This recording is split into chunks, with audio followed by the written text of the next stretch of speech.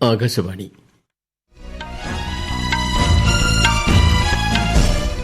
വാർത്തകൾ വായിക്കുന്നത് തുളസീദാസ് പരമേശ്വരൻ.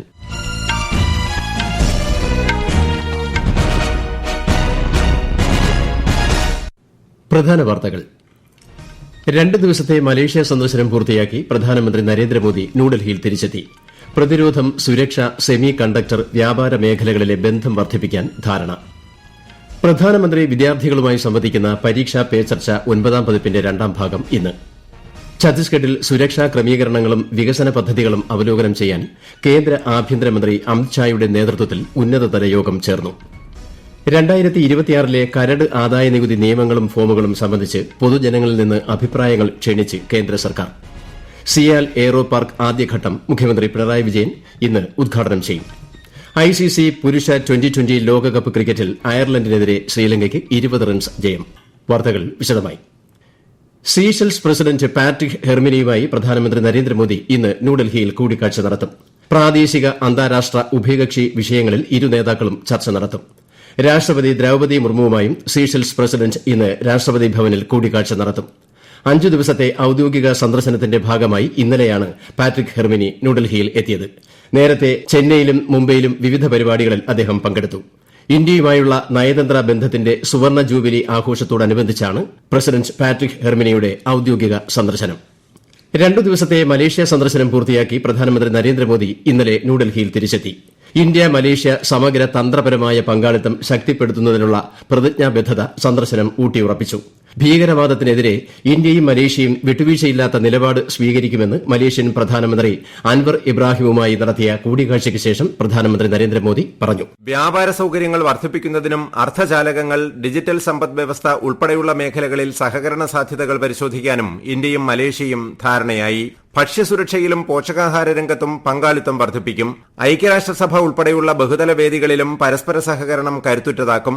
അടിസ്ഥാന സൌകര്യ വികസനം, പുനരുപയോഗ ഊർജ്ജം, ഡിജിറ്റൽ സാങ്കേതിക വിദ്യ, സെമി കണ്ടക്ടറുകൾ, നിർമ്മിത ബുദ്ധി, ആരോഗ്യ സംരക്ഷണം തുടങ്ങിയ മേഖലകളിൽ ഇന്ത്യ വാഗ്ദാനം ചെയ്യുന്ന അവസരങ്ങൾ പ്രയോജനപ്പെടുത്താൻ പ്രധാനമന്ത്രി നരേന്ദ്രമോദി മലേഷ്യൻ കമ്പനികളെ പ്രോത്സാഹിപ്പിച്ചു. അന്താരാഷ്ട്ര സൌരോർജ്ജ സഖ്യം സ്ഥാപിക്കുന്നതിൽ ഇന്ത്യയുടെ പങ്കിനെ മലേഷ്യ അഭിനന്ദിച്ചു. മലേഷ്യയും ഇന്ത്യയും തമ്മിലുള്ള പ്രതിരോധ ബന്ധം ശക്തിപ്പെടുത്തുന്നതിൽ നേതാക്കൾ സംതൃപ്തി രേഖപ്പെടുത്തി. ഇന്ത്യയിലെ വിദ്യാഭ്യാസ സ്ഥാപനങ്ങളിൽ ഉന്നത പഠനത്തിന് അവസരമൊരുക്കുന്ന സ്റ്റഡി ഇൻ ഇന്ത്യ പദ്ധതി പ്രയോജനപ്പെടുത്താൻ പ്രധാനമന്ത്രി മലേഷ്യൻ വിദ്യാർത്ഥികളെ ക്ഷണിച്ചു. സന്ദർശന വേളയിൽ നൽകിയ ഊഷ്മളമായ സ്വീകരണത്തിന് ശ്രീ മോദി നന്ദി രേഖപ്പെടുത്തി. News desk, Akashvani. പ്രധാനമന്ത്രി നരേന്ദ്രമോദി വിദ്യാർത്ഥികളുമായി സംവദിക്കുന്ന പരീക്ഷാ പേ ചർച്ച 9ാം പതിപ്പിന്റെ 2ാം ഭാഗം ഇന്ന് രാവിലെ 10 മുതൽ പരിപാടി പ്രക്ഷേപണം ചെയ്യും. 2ാം ഭാഗത്തിൽ തമിഴ്നാട്, ഛത്തീസ്ഗഡ്, ഗുജറാത്ത്, അസം എന്നിവിടങ്ങളിൽ നിന്നുള്ള വിദ്യാർത്ഥികളുമായി പ്രധാനമന്ത്രി സംവദിക്കും. ആകാശവാണിയുടെ എല്ലാ നിലയങ്ങളിലും യൂട്യൂബ് ചാനലിലും പരിപാടി ലഭ്യമാകും. ഛത്തീസ്ഗഡിൽ ഇടത് തീവ്രവാദ സാന്നിധ്യമുള്ള പ്രദേശങ്ങളിലെ സുരക്ഷാ ക്രമീകരണങ്ങളും വികസന പദ്ധതികളും അവലോകനം ചെയ്യാൻ കേന്ദ്ര ആഭ്യന്തരമന്ത്രി അമിത്ഷായുടെ നേതൃത്വത്തിൽ ഉന്നതതല യോഗം ചേർന്നു. ഇന്ന് ജഗദൽപൂരിൽ ബസ്തർ പാണ്ഡം ഉത്സവത്തിന്റെ സമാപന ചടങ്ങിൽ ശ്രീ അമിത്ഷാ പങ്കെടുക്കും. ഇന്ത്യ അമേരിക്ക വ്യാപാര കരാറിനെ സംബന്ധിച്ച കോൺഗ്രസ് വിമർശനങ്ങളെ തള്ളി കേന്ദ്രമന്ത്രി ശിവരാജ് സിംഗ് ചൌഹാൻ.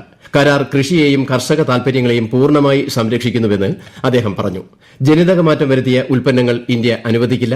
കരാർ കർഷകരുടെ ഉപജീവനമാർഗ്ഗം സംരക്ഷിക്കുന്നുവെന്നും പ്രതിപക്ഷം അനാവശ്യ ഭയം സൃഷ്ടിക്കുകയാണെന്നും ശ്രീ ശിവരാജ് സിംഗ് ചൌഹാൻ പറഞ്ഞു. 2026ലെ കരട് ആദായനികുതി നിയമങ്ങളും ഫോമുകളും സംബന്ധിച്ച് പൊതുജനങ്ങളിൽ നിന്നുൾപ്പെടെ കേന്ദ്ര സർക്കാർ അഭിപ്രായങ്ങൾ ക്ഷണിച്ചു.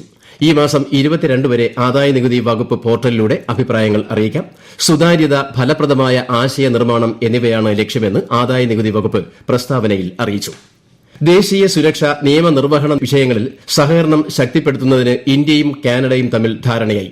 വിവിധ മേഖലകളിലെ പ്രായോഗിക സഹകരണം സാധ്യമാക്കുന്നതിന് സംയുക്ത പ്രവർത്തന പദ്ധതി രൂപീകരിക്കുവാനും ദേശീയ സുരക്ഷാ ഉപദേഷ്ടാവ് അജിത് ഡോവലും കനേഡിയൻ പ്രതിനിധി നതാലി ട്രൂയിനും തമ്മിൽ ഒട്ടാവയിൽ നടന്ന കൂടിക്കാഴ്ചയിൽ തീരുമാനമായി.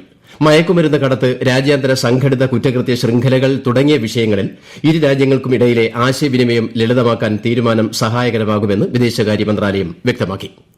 ജപ്പാനിൽ പാർലമെന്റ് തെരഞ്ഞെടുപ്പിൽ പ്രധാനമന്ത്രി സനായി തകായിച്ചിയുടെ നേതൃത്വത്തിലുള്ള ഭരണമുന്നണിക്ക് ചരിത്ര വിജയം. തകായിച്ചിയുടെ നേതൃത്വത്തിലുള്ള ലിബറൽ ഡെമോക്രാറ്റിക് പാർട്ടി നയിക്കുന്ന സഖ്യം ആകെയുള്ള 465 സീറ്റുകളിൽ 352 എണ്ണം നേടി. LDP മാത്രം 316 സീറ്റുകൾ കരസ്ഥമാക്കി. തെരഞ്ഞെടുപ്പ് വിജയത്തിൽ പ്രധാനമന്ത്രി നരേന്ദ്രമോദി സനായി തകായിച്ചിയെ അഭിനന്ദിച്ചു. ലോക സമാധാനം, സ്ഥിരത എന്നിവ വർദ്ധിപ്പിക്കുന്നതിൽ ഇന്ത്യ ജപ്പാൻ സഹകരണം നിർണായക പങ്ക് വഹിക്കുന്നുണ്ടെന്ന് പ്രധാനമന്ത്രി മോദി സമൂഹമാധ്യമത്തിൽ പറഞ്ഞു. ഈ വാർത്തകൾ ആകാശവാണിയിൽ നിന്ന്. ആകാശവാണി വാർത്തകളും വാർത്താ അധിഷ്ഠിത പരിപാടികളും All India Radio News Thiruvananthapuram YouTube ചാനലിലും @all India Radio News Thiruvananthapuram Facebook പേജിലും AIR ന്യൂസ് _ ഇൻസ്റ്റഗ്രാം അക്കൌണ്ടിലും @AIR ന്യൂസ് _ TVM X ഹാൻഡിലും ലഭ്യമാണ്. സ്ഥിരതയും സുസ്ഥിര വികസനവും പ്രതിഫലിപ്പിക്കുന്നതാണ് ഇത്തവണത്തെ കേന്ദ്ര ബജറ്റെന്ന് കേന്ദ്രമന്ത്രി ഗജേന്ദ്ര സിംഗ് ഷെഖാവത്ത്. ഷിംലയിൽ മാധ്യമങ്ങളോട് സംസാരിക്കുകയായിരുന്നു അദ്ദേഹം. Electronics, chemical park, capital goods, textile और स्पोर्ट्स गुड्स, इस सब के माध्यम से हम एक तरफ मेक इन इंडिया के शिफ्ट को और अधिक मजबूती प्रदान करें और दूसरी तरफ भारत को विकसित बनाने के लिए हम आत्मनिर्भरता को प्राप्त करें. जिस तरह का ग्लोबल टर्बुलेंस है और इस बात को ऑब्जर्व किया गया है कि सस्टेनेबिलिटी और आत्मनिर्भरता ये दोनों देश की सुरक्षा के मंत्र बन गए. इसलिए भारत आने वाले समय में सशक्त भी रहे और सुरक्षित भी रहे. രാജ്യത്തെ ആരോഗ്യ സേവനങ്ങൾ മെച്ചപ്പെടുത്തുന്നതിനായി കേന്ദ്ര സർക്കാർ ശക്തമായ നടപടികളാണ് സ്വീകരിക്കുന്നതെന്ന് കേന്ദ്ര ആയുഷ് സഹമന്ത്രി പ്രതാപ് റാവു ജാദവ് ഇന്നലെ മഹാരാഷ്ട്രയിലെ ഛത്രപതി സംഭാജി നഗറിൽ ആയുഷ് CGHS വെൽനസ് സെന്ററിന്റെ ഉദ്ഘാടനം നിർവഹിക്കുകയായിരുന്നു അദ്ദേഹം. സർക്കാരിന്റെ ആരോഗ്യ പദ്ധതിക്ക് കീഴിൽ ആയുർവേദവും മറ്റ് പരമ്പരാഗത ചികിത്സാ രീതികളും ഈ കേന്ദ്രത്തിലൂടെ ലഭ്യമാക്കുമെന്ന് കേന്ദ്രമന്ത്രി പറഞ്ഞു. കേരളത്തിൽ തീവ്ര വോട്ടർ പട്ടിക പരിഷ്കരണവുമായി ബന്ധപ്പെട്ട നടപടികൾ പുരോഗമിക്കുന്നു. ഈ മാസം 21-ന് അന്തിമ വോട്ടർ പട്ടിക പ്രസിദ്ധീകരിക്കുമെന്ന് മുഖ്യ തെരഞ്ഞെടുപ്പ് ഓഫീസർ അറിയിച്ചു.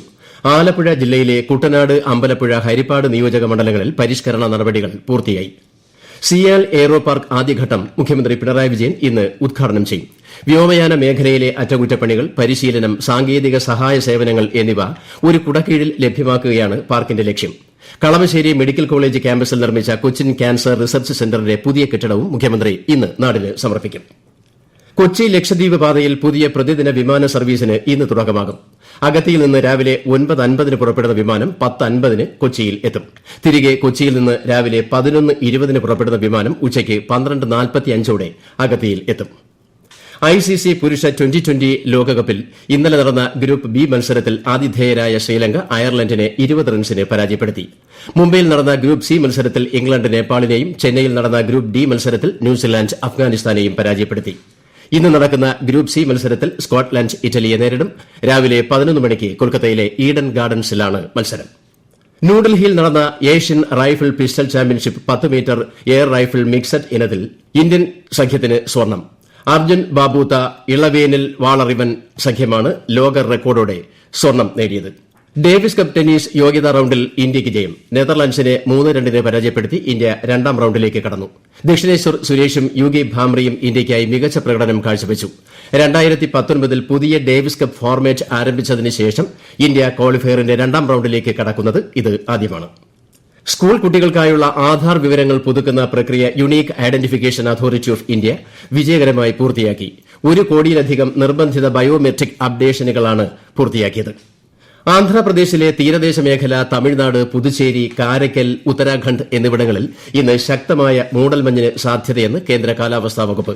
ഉത്തർപ്രദേശിലും സമാന കാലാവസ്ഥ തുടരും. അടുത്ത 2 ദിവസങ്ങളിൽ വടക്കുപടിഞ്ഞാറൻ ഇന്ത്യയിൽ കുറഞ്ഞ താപനില 2 ഡിഗ്രി സെൽഷ്യസ് ഉയരാൻ സാധ്യതയുണ്ടെന്നും കേന്ദ്ര കാലാവസ്ഥാ വകുപ്പ് അറിയിച്ചു.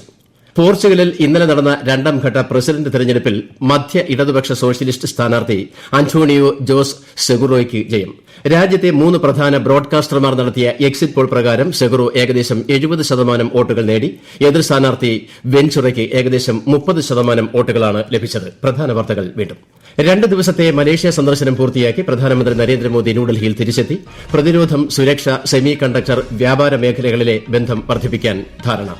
പ്രധാനമന്ത്രി വിദ്യാർത്ഥികളുമായി സംവദിക്കുന്ന പരീക്ഷാ പേ ചർച്ച 9-ാം പതിപ്പിന്റെ രണ്ടാം ഭാഗം ഇന്ന്.